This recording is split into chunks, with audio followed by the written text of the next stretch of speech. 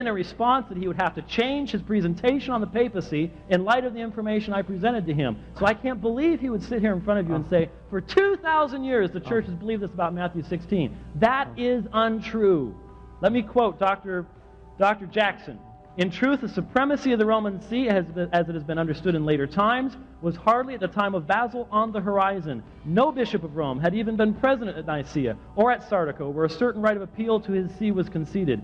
A bishop of Rome signed the Sirmian blasphemy. No bishop of Rome was present to save the world from the lapse of Ariminum. The great intellectual Arian war was fought out without any claim of Rome to speak. Half a century after Basil's death, great Orientals were quite unconscious of this supremacy. I've read now, that. Mr. Staples sits there and says, Mr. White misrepresented the sixth canon of the Council of Nicaea. Prove it. Get it out right now. It's sitting on your desk. He says he misrepresents 28th canon of the Council of Chalcedon. Sitting right there on your desk. Prove it. I didn't. I don't in here. I ask for documentation. If you're going to make accusations, sir, back them up. Back them up. Okay, well then I must. All right. First of all, the canon. Wait a minute. What's that? First of all, the question was asked to him, so it's next time for another person. Oh, wonderful. Yeah. The fairness here is wonderful. What, he should get double responses. I like that. You have the priest to defend you, though, so.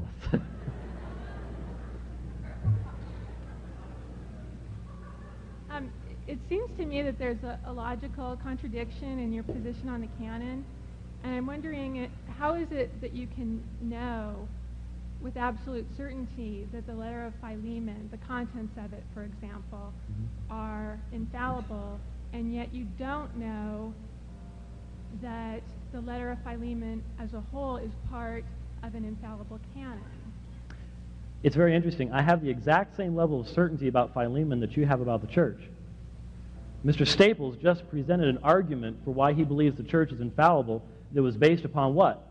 Well, you look at this, and you look at the history, and you look at that, and if that's enough to prove that the church is infallible, why can't I have the exact same, and I hope you're able to hear this as you're leaving, but why can't I have the exact same type of level of certainty on the same basis? It's an inconsistent response.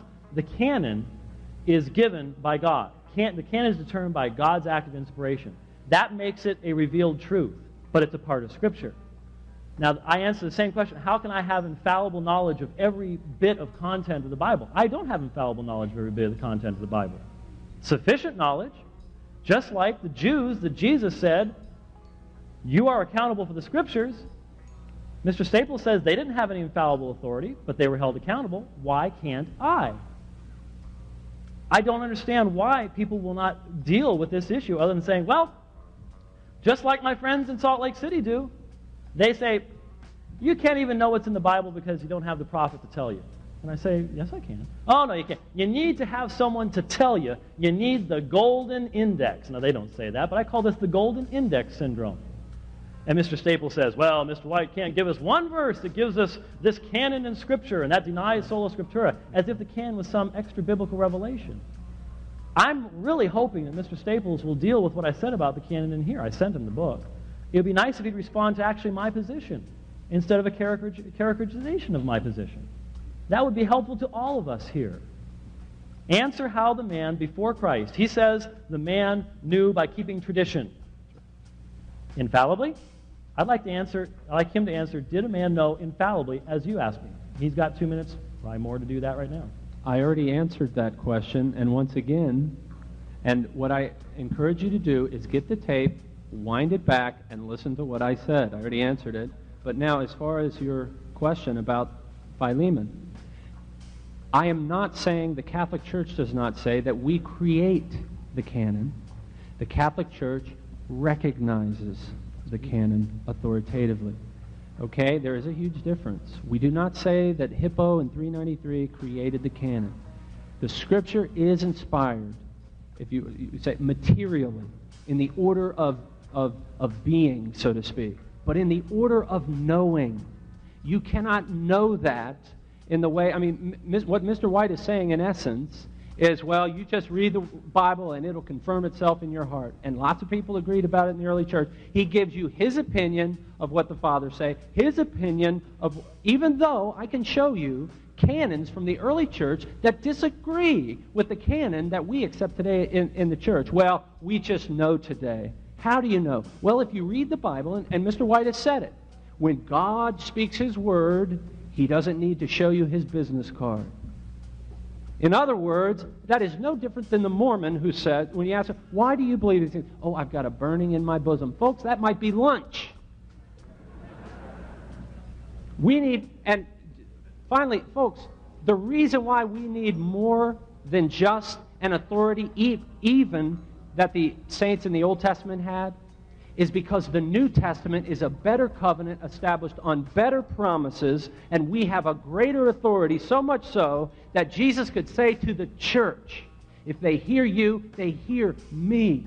Jesus does not present us with a gospel that Mr. White does. I don't have infallible authority. Oh, I don't have infallible authority. We just get in the Scriptures and we dig and we pray to God and we ask God and we do the best we can, but I don't have any infallible authority. That's not the authority that Jesus Christ established in the New Testament, folks. He said, if they hear you, they hear me. And Jesus didn't open the floor for discussion when he said, thus saith God. Neither does his church.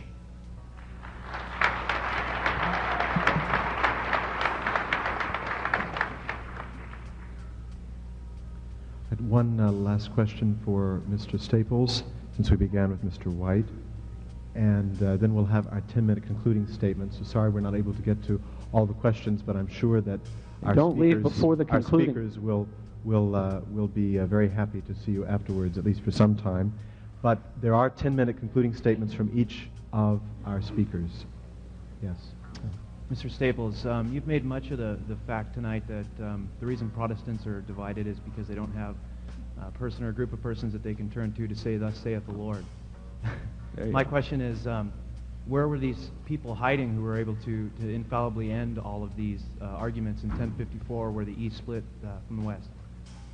Well, in fact, if you'd pick up, and let me recommend a work to you by Dr. Warren Carroll. It's an excellent work. I believe he's going to go down as one of the great historians of our century. He's a professor, founder of Christendom College. It's called the Founding of Christendom.